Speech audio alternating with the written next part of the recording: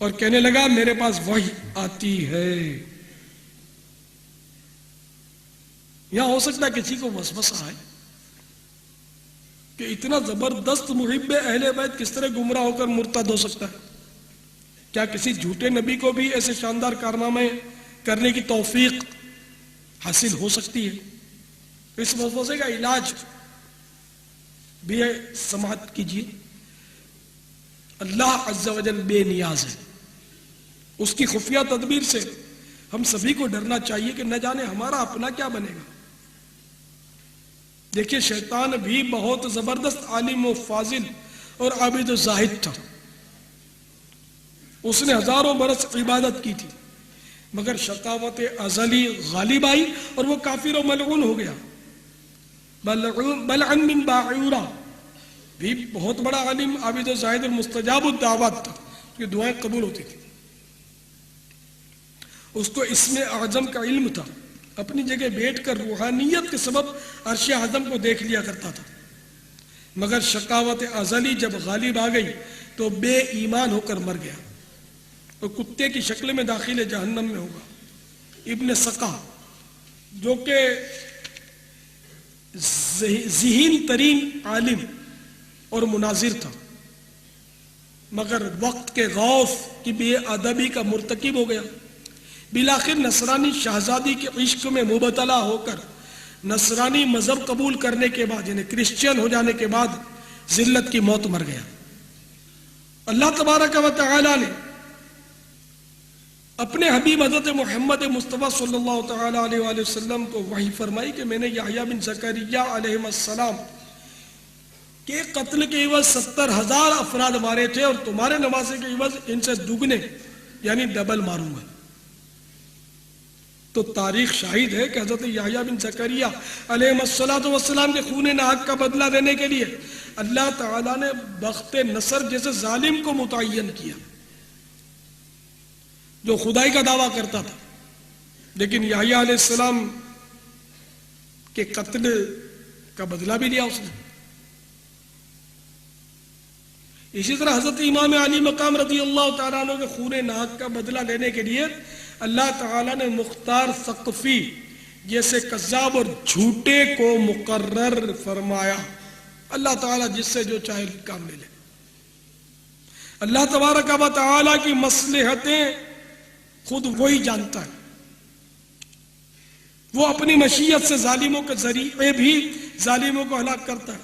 چنانچہ پارہ 8 سورۃ الانعام آیت نمبر 129 میں ارشاد ہوتا ہے وَكَذَلِكَ نُوَلِّي بَعْضَ الظَّالِمِينَ بَعْضًا بِمَا كَانُوا يَكْسِبُونَ۔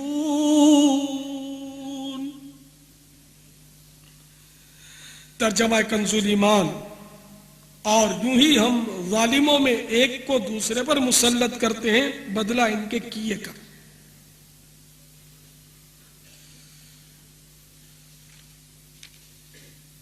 میٹھے میٹھے پیارے پیارے اسلام بھائیوں، ہم میں جو مبلغ ہے وہ کہیں اس بات پر نہ پھول جایا کرے کہ میرا بیان سن کر فلاں نمازی بن گیا، میرا بیان سن کر فلاں نے داڑھی رکھ لی، یا میرے بیان سے متاثر ہو کر فلاں کافر مسلمان ہو گیا۔ اس پر نہ پھولیں، خدا کو نہ بھولیں، اس کی خفیہ تدبیر کو فراموش نہ کریں کہ اس کی خفیہ تدبیر کیا ہے، کچھ نہیں معلوم اپنے بارے میں۔ مجھے بھی اللہ تعالیٰ کی خفیہ تدبیر سے بہت ڈر لگتا ہے، حقیقت ڈر لگتا ہے۔ لوگ بڑے فضائل بیان کرتے ہیں کہ اتنے لاکھ تو اتنے لاکھ مرید ہیں، تو یہ ہے تو وہ ہے، یہ کر دیا، اس کو دیکھ کر کفار مسلمان ہو گئے، فلاں ہو گیا۔ یہ سب اپنی جگہ پر جو بھی ہو، لیکن اللہ تعالیٰ کی خفیہ تدبیر سے ڈر لگتا ہے کہ نہ جانے ایمان سلامت رہے گا یا نہیں رہے گا، رب راضی ہے یا نہیں اس کا کچھ پتہ نہیں ہے۔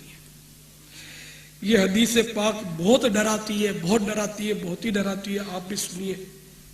حضور پرنور شافع یوم النشور صلی اللہ تعالی علیہ وآلہ وسلم فرماتے ہیں بے شک اللہ عز و جل اس دین اسلام کی مدد فاجر یعنی بدکار آدمی کے ذریعے سے بھی کرا لیتا ہے. تو اس لیے ہمیں خوش فہمی میں نہیں رہنا چاہیے کہ ہم بہت پہنچے ہوئے، ہماری زبان میں بڑا اثر ہے کہ ہماری بات سن کر لوگ باعمل بن جاتے ہیں، ہمیں دیکھ کر لوگ عاشق رسول بن جاتے ہیں، ہمیں دیکھ کر لوگوں کی تقدیروں میں مدنی انقلاب برپا ہو جاتا ہے. یہ خوش فہمیاں نہیں ہونی چاہیے. اللہ سے ڈرتے رہنا چاہیے، نہ جانے کیا ہو جائے ہمارا. جیسے مختار سقفی کا بھی آپ نے سنا کہ اتنے زبردست کارنامے انجام دیے اس نے، اور محبین اہل بیت کے دلوں کو جیت لیا، لیکن خود بدبخت تھا، نبوت کا دعویٰ کر بیٹھا. کل ہمارے ساتھ کیا پیش آئے، ذہن بدل جائے، اللہ نہ کرے، کچھ نہیں کہہ سکتے. قلب، دل کو قلب کہتے ہیں اسی لیے کہ یہ منقلب ہوتا رہتا ہے، بدل جاتا ہے، بدلتا رہتا ہے. اللہ کرے کہ ہمارا دل مصطفیٰ کے قدموں میں ہی پڑا رہے، بدلنا کجا بدلنے کا سوچے بھی نہیں، کہ انہی کے قدموں میں، انہی کے دامن سے بندھے رہنے میں ہی عافیت عافیت اور عافیت ہے. دامن مصطفیٰ سے جو لپٹا یگانہ ہو گیا، جس کے حضور ہو گئے اس کا زمانہ ہو گیا، جس کے حضور ہو گئے اس کا زمانہ ہو گیا. تو بہرحال ہمیں ہر وقت اللہ